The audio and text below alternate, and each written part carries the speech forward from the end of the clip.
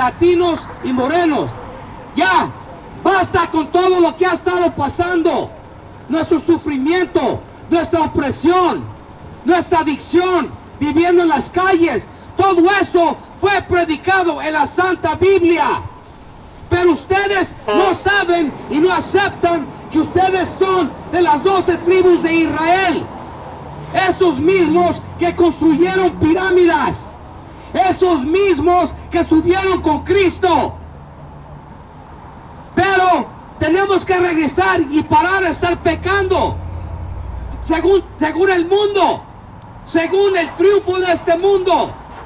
Trabajando ahorita en los días de descanso. Vendiendo droga. El adulterio. Las pandillas. Todo eso es contra las leyes del Señor. Vamos a ir al libro de Romanos capítulo 13 y versículo 11. We're going to go to Romans chapter 13 and verse 11, man. Because we're living in critical times. We're living in times where Christ is on his way back, man. Look at the symptoms of the universe, man. There's wars, there's pestilence, there's drug addiction. There's black on black crime, brown on brown crime, black on brown crime, and vice versa, man. The wicked is setting up our own people. And we have an opportunity to come back. Give me that. This is the book of Romans, chapter 13, verse 11. And that, knowing the time, that now it is high time to awake out of sleep. It's high time to awake out of sleep. It is high time. Look all around you, man. People don't even fear the Most High no more. Look at our young women. Look at our young men. Everybody out there, look at the homeless situation.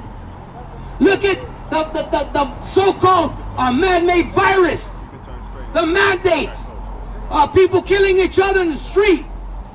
And nobody's tripping like nothing is happening. There's report after report about child molestation, child trafficking, and nobody's tripping. Bring it out! How is nobody tripping about child? Pásele, señor, si gusta. Pásele, you're welcome. How is nobody speaking on this? You know what? They're attacking our children. They're attacking our children on the borders, in the neighborhoods. Our people from the Native American communities, the women are disappearing. Continue.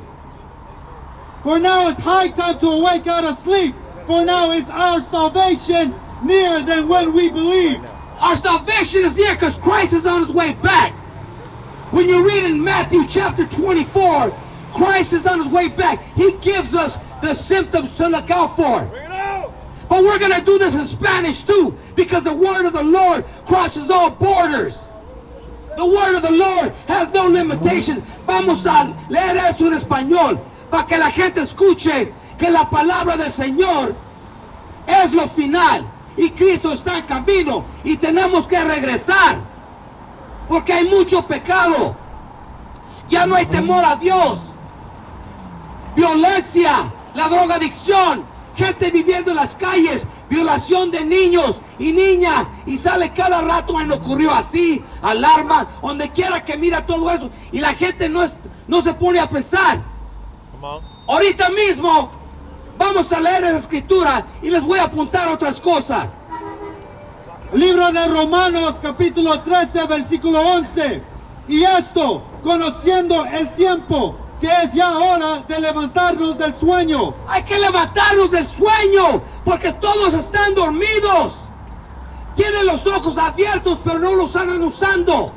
Tienen las orejas, pero no andan escuchando.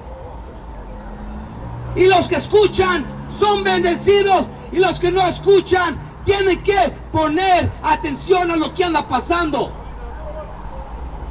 Estamos en los últimos días. Nunca se ha visto en la historia del mundo todas las cosas que andan pasando ahorita. Póngase a pensar. Toda esa gente que tiene de 40 años para arriba, ustedes saben que no andamos viviendo en el mismo mundo de hace 20, 25 años. No es el mismo mundo. Ya no hay respeto para su prójimo. Ya no hay respeto para nuestras mujeres. Ya no hay respeto para nuestros hijos. La política, nuestro opresor, el gringo, el gabacho, el europeo, sigue programándonos y nosotros andamos cayendo como patos. Was that all that? Es ya hora de levantarnos del sueño, porque ahora está más cerca de nosotros nuestra salvación que cuando creímos. Está cerca la salvación que nosotros creímos, porque ya más impiedad ya no se puede, ya no se puede. Miren, look right now. Look at that palm tree over here across the street. You see what that is? Disguised as a palm tree. Man, nobody's even tripping. They got another one over there on this side. That palm tree right there, it puts out ELO, electric low frequency waves, man. That technology was made during World War II. What that puts is it puts microwave signals out to the public. That's right. Causing schizophrenia, causing diseases. Bring it out. They had a project on that. You can look it up and you can Wikipedia, man. Everything is at your fingertips. It was called Project Slammer. But nobody's tripping. Again, they talk about child trafficking in the White House, molesting little children, man. Nobody's tripping. Right. Human trafficking is at an all-time high. Right. Nobody's tripping. Right.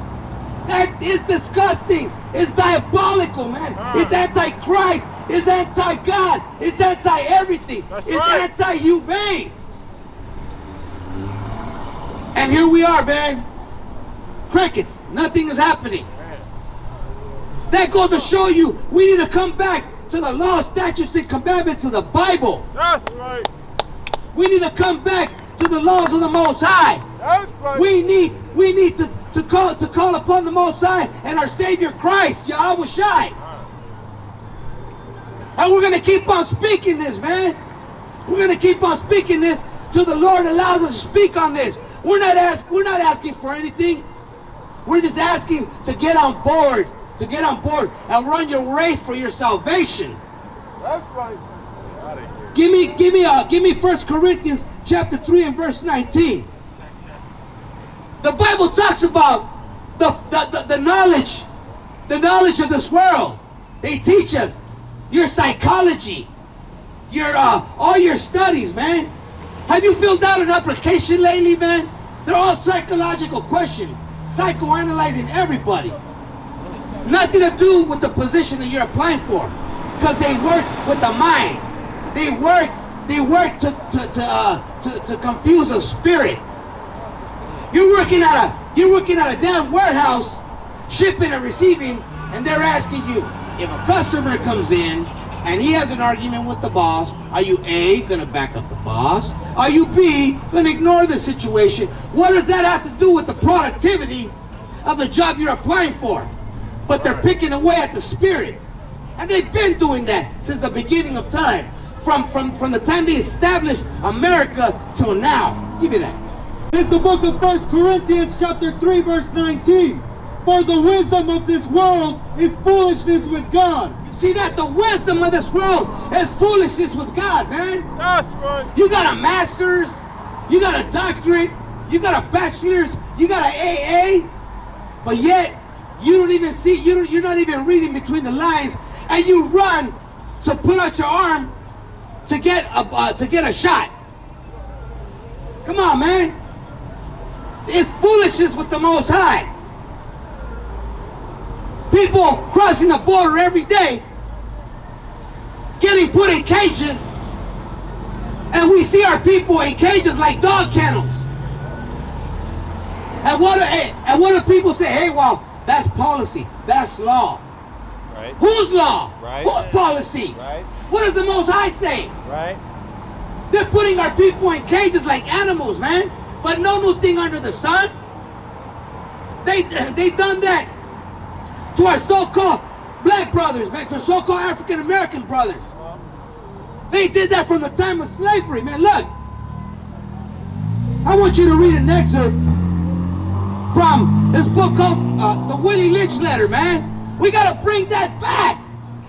People gotta absorb this, man. In their mind, what happened? It's still happening, man. But we're disillusioned. We're programmed. We're indoctrinated. We're desensitized from all this wickedness and all these atrocities that are still happening to you blacks and Latinos. See that? And it's all good. Read that. Right here.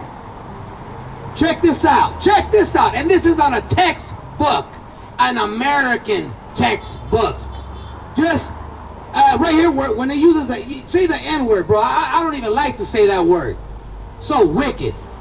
This is the Willie Lynch letter. Take the meanest and the most restless nigger, strip him of his clothes. So this is what they would do. This is what they would do. They would get the plant in the plantation.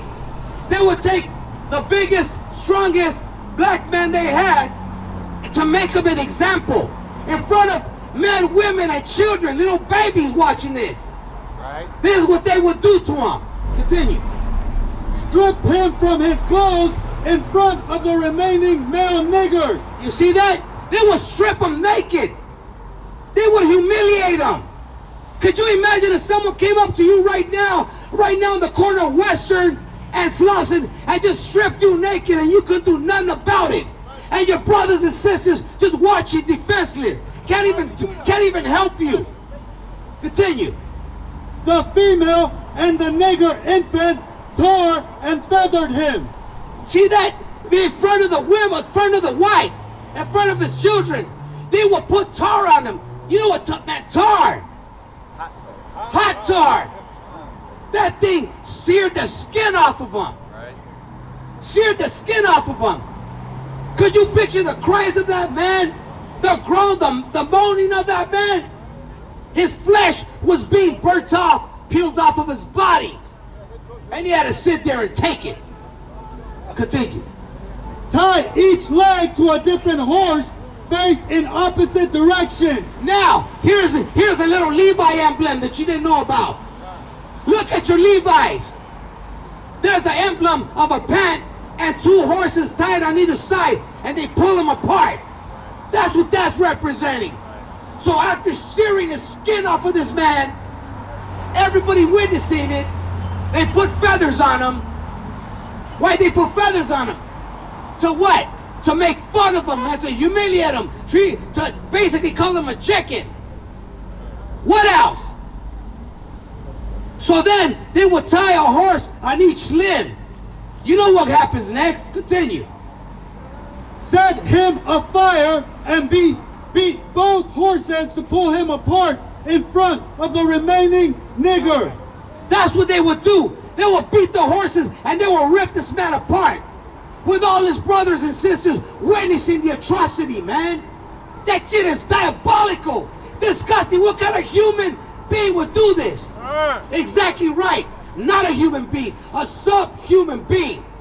Damn cave dweller. That's right. Wicked ass.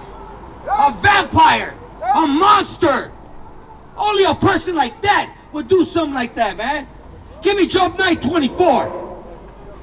We're gonna see the spirit in this so-called white man, and now he wants to walk around defenseless like he didn't do nothing, and still reaping the benefits of his ancestors, while we're still over here working 9 to 5, 12-hour days, selling 6 days a week, 7 days a week, selling raspados, tacos, working at big lots, working at food for stress.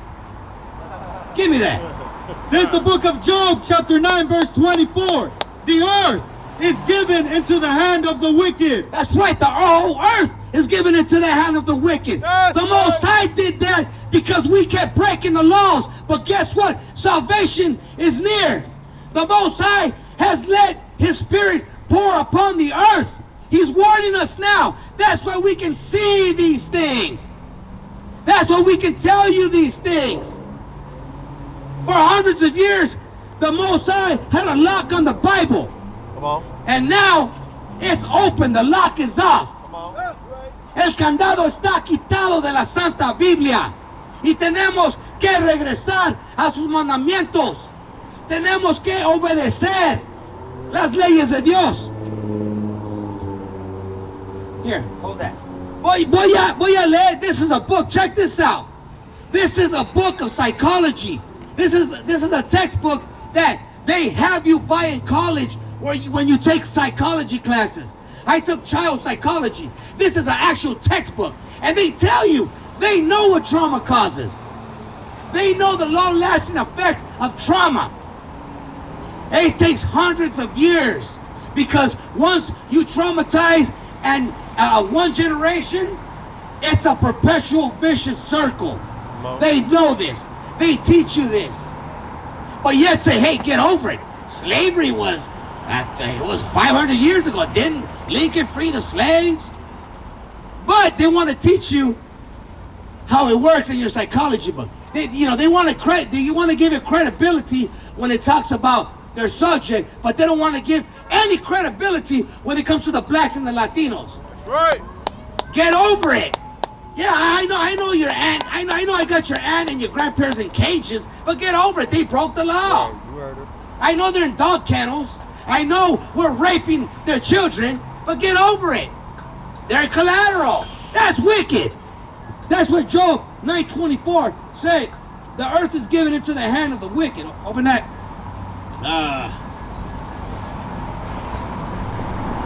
Okay. No, the next one.